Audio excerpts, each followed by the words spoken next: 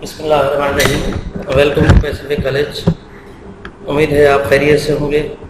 आज जो हमारा लेक्चर है वो है बायोलॉजिकल मेथड का सेकंड पार्ट। कल हमने पढ़ा था बायोलॉजिकल मेथड के स्टेप्स। पहला स्टेप था ऑब्जर्वेशन, उसके बाद क्वालिटेटिव और क्वांटिटेटिव ऑब्जर्वेशन जो उसकी टाइप्स थी, और उसके बाद फिर हमने पढ़ा था हाइपोथेसिस। हाइपोथेसिस की डेफिनेशंस हमने पढ़ी थी, और उसके बाद जो कि मोस्ट इम्पॉर्टेंट पोर्शन था कि मेजर वेज कौन कौन से हैं हाइपोथेसिस बनाने के लिए, तो वो हमने पढ़े थे, जिसका नाम था रिडक्टिव और इंडक्टिव रीजनिंग। उसके बाद हमने वो 5 पॉइंट्स पढ़े थे जो कि उसके अदर वेज होते हैं टू फॉर्मुलेट हाइपोथेसिस। आज हमने इससे आगे पढ़ना है कि हम हाइपोथेसिस को टेस्ट करेंगे तो उसके बाद हमें किस तरह से थ्योरी जो है वो उसको थ्योरी हमें मिलती है, उसके बाद यह साइंटिफिक लॉ बनता है, तो किस तरह से होता है तो हम उसको डिटेल से पढ़ेंगे। सबसे पहले एक्सपेरिमेंट जब हम करते हैं तो याद रखिएगा कि हाइपोथेसिस को काफ़ी सारे एक्सपेरिमेंट से गुजारा जाता है, और उसके बाद जो वो एक्सपेरिमेंट्स हैं वो साइंटिस्ट के लिए एक कॉन्फिडेंस डेवलप करते हैं, और अगर उनका हाइपोथेसिस सही होता है तो इसका मतलब ये है कि वो फिर नेक्स्ट जो है अगले स्टेप में चला जाता है, जिसे हम थ्योरी कहते हैं।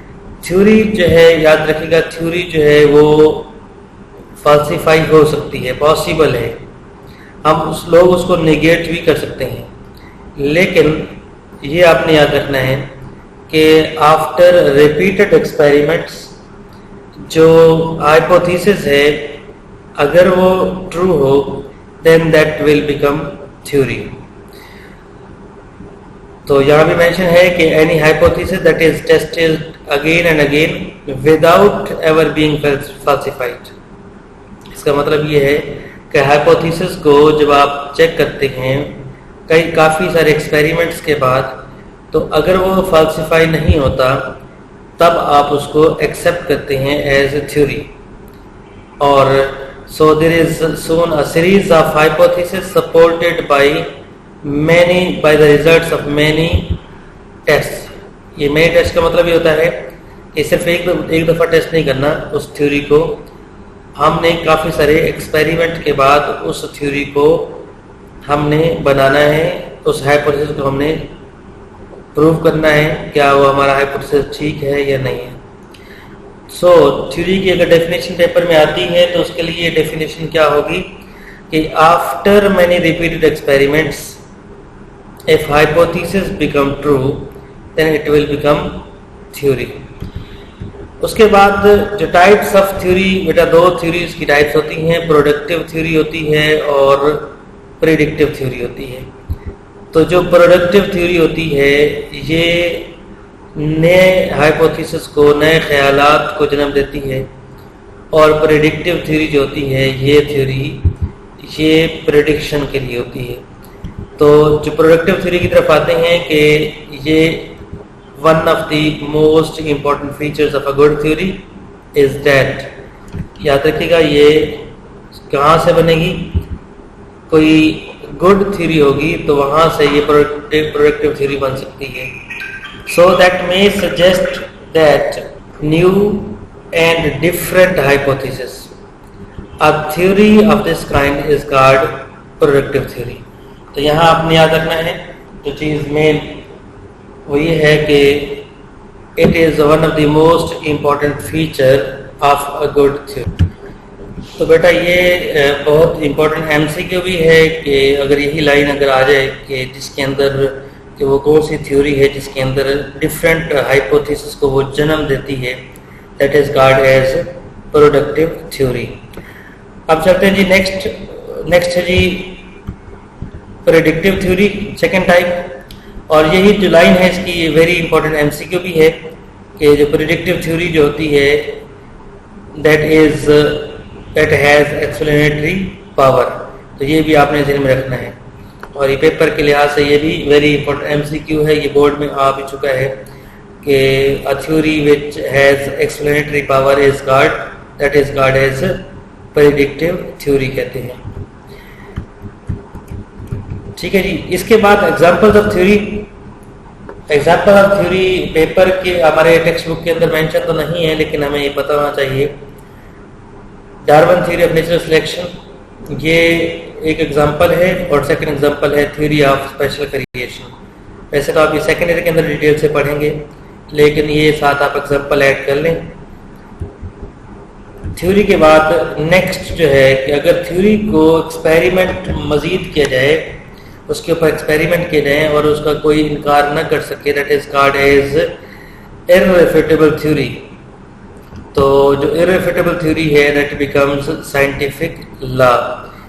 ये आपने लाजमी याद रखना है। और साइंटिफिक लॉ जो है उसमें हमने याद रखना है कि if a theory survives this sceptical approach and continues to be supported by experimental evidence।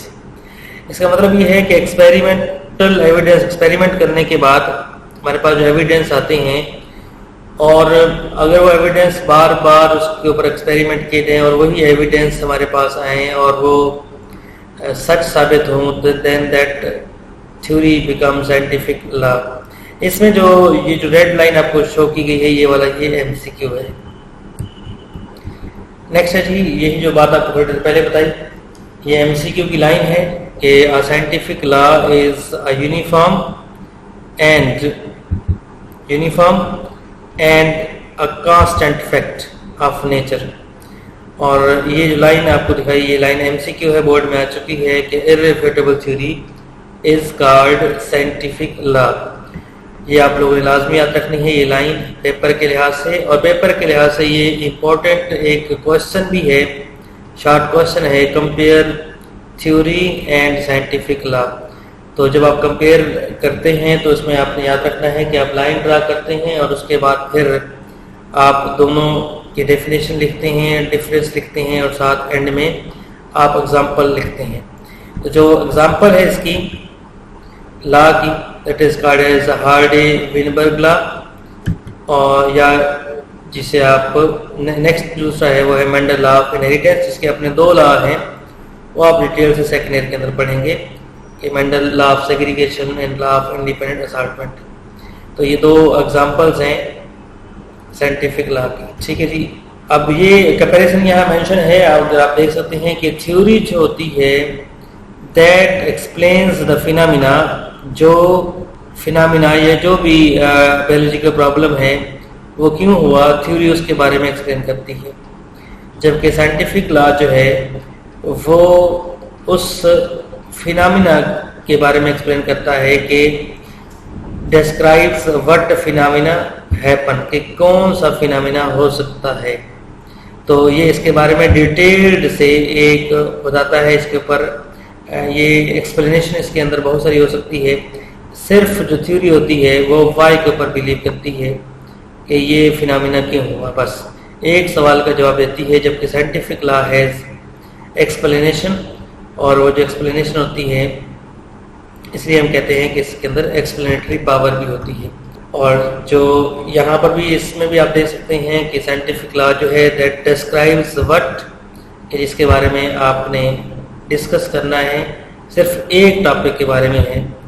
और जो ये साइंटिफिक लॉ है डिस्क्राइब्स व्हाट, वो डिटेल में बता रहे हैं, जबकि जो थ्योरी है वो एक्सप्लेन कर रही है वाई के लिहाज से, तो वो रीजंस बता रही है। तो जब आप स्टार्ट करते हैं थ्योरी के बारे में तब आप रीजंस बताते हैं, रीजंस, और उसके बाद ऑब्जर्व करने के बाद फिर उसके बाद थ्योरी बनती है, सॉरी हाइपोथेसिस बनता है, उसके बाद फिर एक्सपेरिमेंट्स होते हैं, फिर थ्योरी बनती है।